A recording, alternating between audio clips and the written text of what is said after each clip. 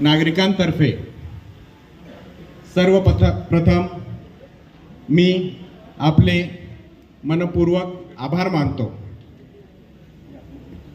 कारण भाजपच्या हक्काचे कार्यकर्ते आपण वसमतकरांना देत आहात। आता केंद्र आणि राज्य सरकारच्या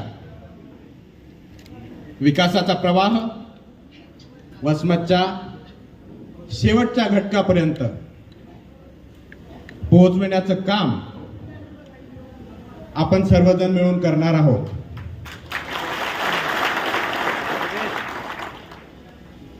आजचा दिवस हा माझ्या आयुष्यातील एक ऐतिहासिक क्षण आहे, कारण जगातल्या सर्वात मोठ्या पक्षात प्रवेश करून सहकारी, माझे जीवाभावाचे बांधव, माझे मार्गदर्शक आपण सगळे मिळून इथं एक नवीन सुरुवात करणार आहोत।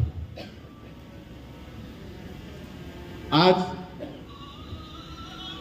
मुंबईकडे आलेले 300 ते 400 गाड्यांचा ताफा हे काही शक्ती प्रदर्शन नाही साहेब, हा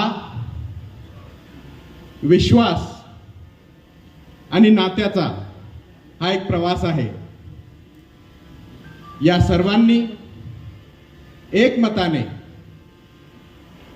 मला दिशा दाखवली आणि त्या सर्वांच्या अनुमतीनेच हा पक्ष प्रवेश होत आहे। मी आजपर्यंत फक्त समाजकारणातच सक्रिय होतो, एक उद्योजक म्हणून कार्य करत होतो।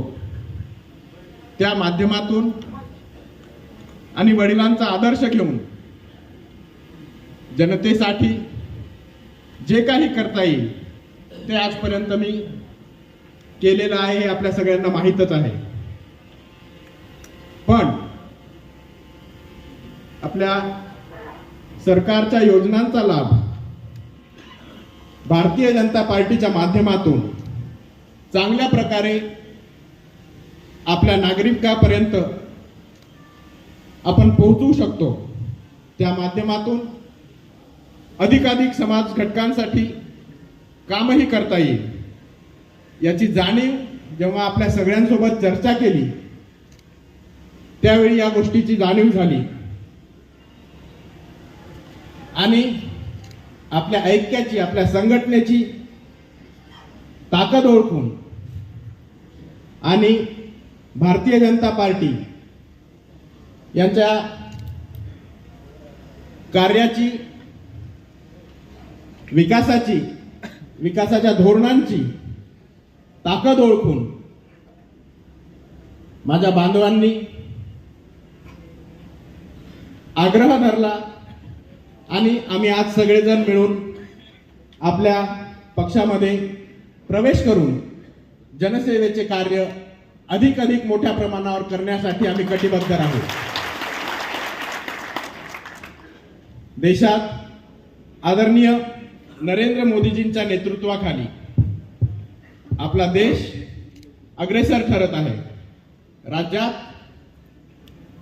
आदरणीय देवेंद्रजी फडणवीस साहेबांच्या नेतृत्वाखाली प्रामाणिक कार्यपद्धती आणि सुशासनामुळे मोठ्या प्रकारचा विकास घडत आहे।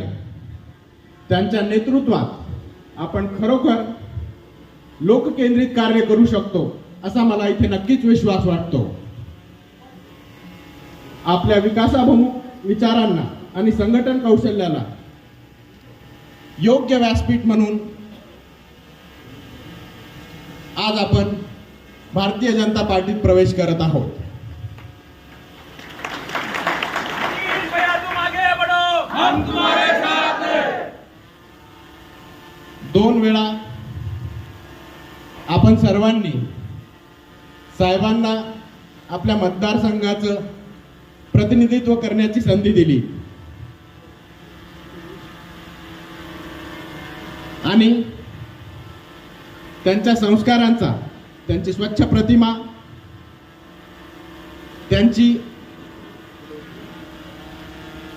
आपल्या सर्वांप्रती असलेलं एक वेगळं नातं, हीच माझ्यासाठी सगळ्यात मोठी प्रेरणा, सगळ्यात मोठी ताकद इथं आज ठरत आहे. त्यांनी दिलेली शिकवण शिरोधार्य करून निस्वार्थपणे इथून पुढे जाण्यासाठी आपण सगळेजण कटिबद्ध आहोत. आपल्याला माहीतच आहे, साहेब नॅशनल फेडरेशनला अध्यक्ष होते तेव्हा या देशाचे गृहमंत्री आदरणीय अमितजी शहा साहेबांसोबत त्यांचे खूप चांगल्या प्रकारचे, खूप जिव्हाळ्याचे संबंध झाले होते. खूप चांगल्या प्रकारचं काम त्यांनी नॅशनल फेडरेशनच्या माध्यमातून या साखर उद्योगासाठी, या देशासाठी केलेलं आहे. त्यामुळं मागच्या 40 वर्षाचा हा विश्वास आणि त्या विश्वासाला एक नवीन दिशा देण्यासाठी आज आपण इथं सगळे जमा झालेलो आहोत.